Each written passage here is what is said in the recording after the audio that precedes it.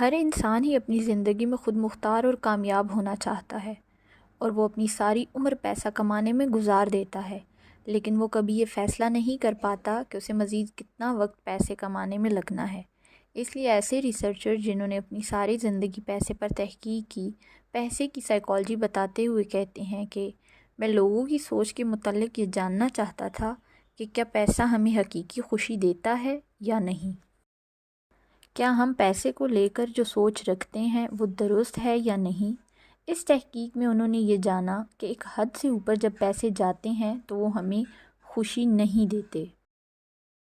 انہوں نے مزید کہا کہ پیسہ کماتے رہنے سے بہتر ہے آپ دیکھیں کہ آپ کے پاس اپنی ضرورت اور خواہش کو پورا کرنے کے لیے ابھی کتنے پیسے موجود ہیں اور آپ کو مزید کتنے پیسے چاہیے، کیونکہ جب تک یہ بات کلیئر نہیں ہوگی تب تک آپ جتنے بھی پیسے کمائیں مطمئن نہیں ہوں گے۔ پیسہ انسان کا وقت اور طاقت لیتا ہے۔ یہ انسان پر بھی ڈیپینڈ کرتا ہے کہ وہ پیسے کو کتنی اہمیت دیتا ہے۔ جیسے ہم یہ مان لیں کہ پیسہ زندگی میں ویلیو ایڈ کرتا ہے جسے ہم بعد میں استعمال میں لا سکتے ہیں۔ اگر آپ کے پاس پیسے موجود ہیں اور کبھی بھی مشکل پڑنے پر آپ نے ان سے اپنا مسئلہ حل کیا تو اس کا مطلب اس پیسے نے آپ کی زندگی میں ویلیو ایڈ کی، لیکن یہ ہمیشہ ممکن نہیں ہوتا کیونکہ روز بروز مہنگائی ہوتی رہتی ہے۔ ہر سال پیسہ خود اپنی ویلیو کھوتا رہتا ہے۔ ہم پیسے کے بدلے میں اپنا وقت اور طاقت ایکسچینج کرتے ہیں۔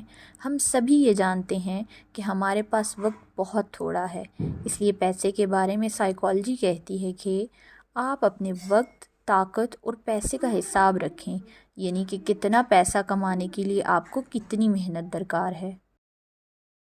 اسی لیے آپ جب پیسہ کمانے میں لگیں تو اپنے کاروبار کا بھی سوچیں۔ اپنی کمائی سے گھر یا ایسی چیز نہ لیں جس کی آپ کو خاص ضرورت نہیں ہے، بلکہ اسی پیسے کو کسی اور کام کے لیے الگ سے جمع کر کے کاروبار شروع کریں اور ایسے پروڈکٹیو چیزوں میں انویسٹ کریں جس سے آپ کو کوئی آؤٹ پٹ ملے۔ سائیکالوجی کے مطابق امیر ہونا مشکل نہیں ہے، بلکہ امیر رہنا اس سے کئی زیادہ مشکل ہے۔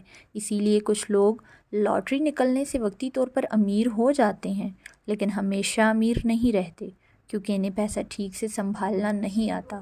پیسہ کمانے سے کئی زیادہ ضروری اس کو مینیج کرنا ہے۔